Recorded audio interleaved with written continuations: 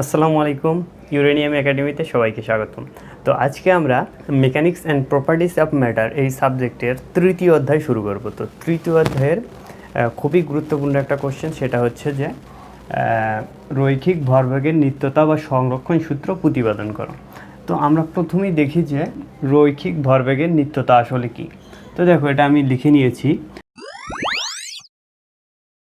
যখন কোনো ব্যবস্থার উপর প্রযুক্ত নিট বল শূন্য হয় তখন ব্যবস্থাটির মোট ভরবেগ সংরক্ষিত থাকে। তো এটাই হচ্ছে যে রৈখিক ভরবেগের নিত্যতা সূত্র।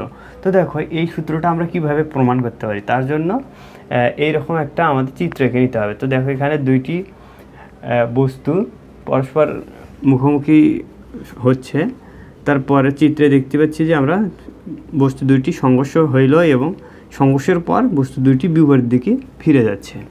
তো এইটার যে বর্ণনাটা আছে, বর্ণনাটা আমরা এখানে লিখে নিয়েছি। তো দেখো, দুইটি বস্তু বিবেচনা করি, তারা এমনভাবে গতিশীল যেন একটি সময় পর সংঘর্ষ ঘটল।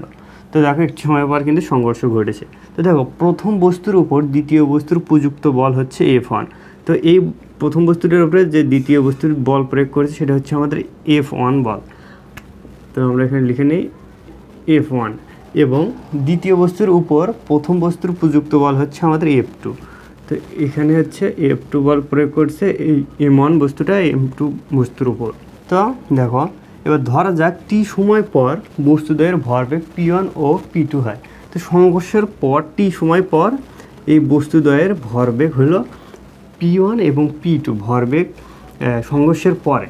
তো দেখো, এখন নিউটনের গতির দ্বিতীয় সূত্র অনুযায়ী আমরা কী জানি যে কোনো বস্তুর উপর প্রযুক্ত বল এর ভরবেগের পরিবর্তনের সমানুপাতিক। তো দেখো, নিউটনের দ্বিতীয় সূত্র হতে কী পাই? তো দেখো,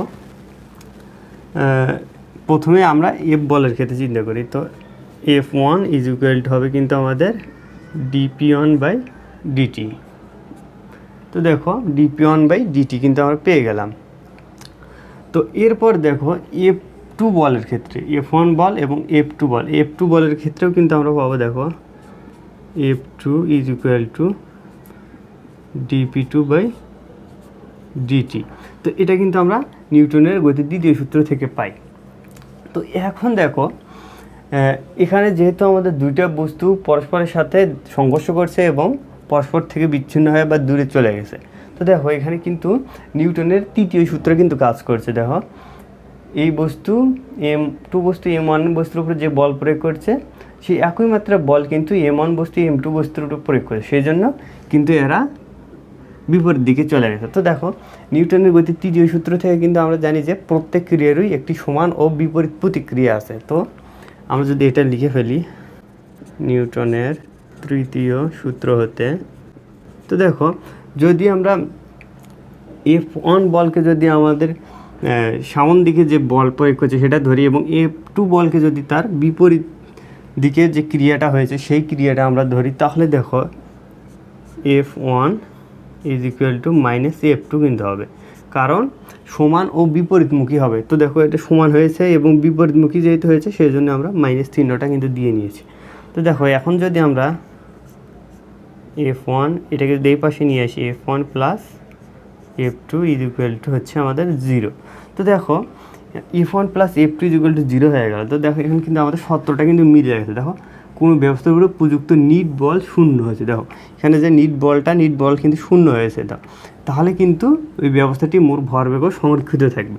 তো আমরা সেটা কীভাবে প্রমাণ করবো? এখন দেখো, এই পাশে যদি আমরা লিখি, তো F1 এবং F2-র যে মান দুইটা আছে, এই দুটো আমরা এখানে বসিয়ে দেবো। তো দেখো,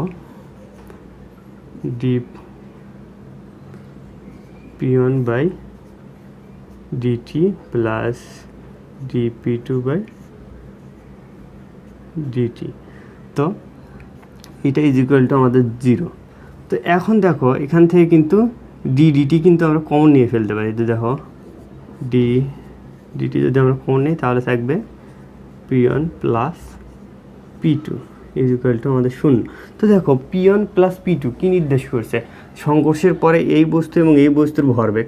তো দুইটা ভরবেগকে যদি আমরা যোগ করে যদি একটা ভরবেগ হিসাবে লিখি, তাহলে কিন্তু আমরা এইভাবে লিখতে পারবো যে dt অফ, শুধুমাত্র আমরা P লিখলাম, দুইটা ভরবেগকে একসাথে যোগ করে আমরা পি লিখলাম, একটা ভরবেগ হিসেবে লিখলাম। তো দেখো এই ভরবেগের যে সময়ের সাপেক্ষে যে পরিবর্তন সেটা কিন্তু শূন্য হচ্ছে।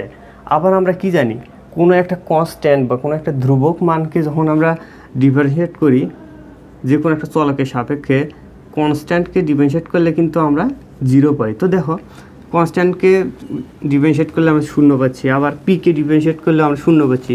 তাহলে কিন্তু আমরা বলতে পারি যে পি একটা কনস্ট্যান্ট বা পি একটা ধ্রুবক। তো পি কিন্তু ধ্রুবক। তো পি ধ্রুবক হওয়ার মানে কি? পি ধ্রুবক হওয়ার মানে হচ্ছে আমাদের ভরবেগ কিন্তু সংরক্ষিত থাকে।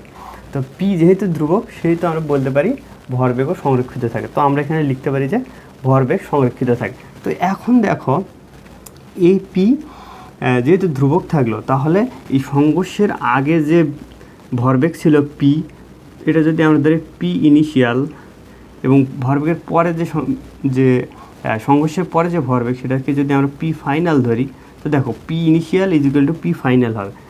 অতএব P initial is equal to P final. তো এটা এইভাবে কিন্তু আমরা লিখতে পারি। এইভাবে লিখে তারপরে নিচে লিখে দেবো যে যেহেতু PI is equal to PA, তা সেই জন্য এই ভরবেগ কিন্তু সংরক্ষিত থাকে। তো এইটাই হলো মূলত এই কোশ্চেনের অ্যান্সার। তো আশা করি তোমরা বুঝতে পেরেছো। আর কোথাও যদি তোমাদের বুঝতে সমস্যা হয় তো অবশ্যই কিন্তু কমেন্টে জানাতে পারো। আর পরবর্তী ক্লাসে আমরা দেখব যে এখানে আমরা দেখলাম রৈখিক ভরবেগের নিত্যতা, এর পরের ক্লাসে আমরা দেখব যে কৌণিক ভরবেগের নিত্যতা সূত্র, সেটার প্রমাণ। তো ভালো থেকো সবাই, ধন্যবাদ।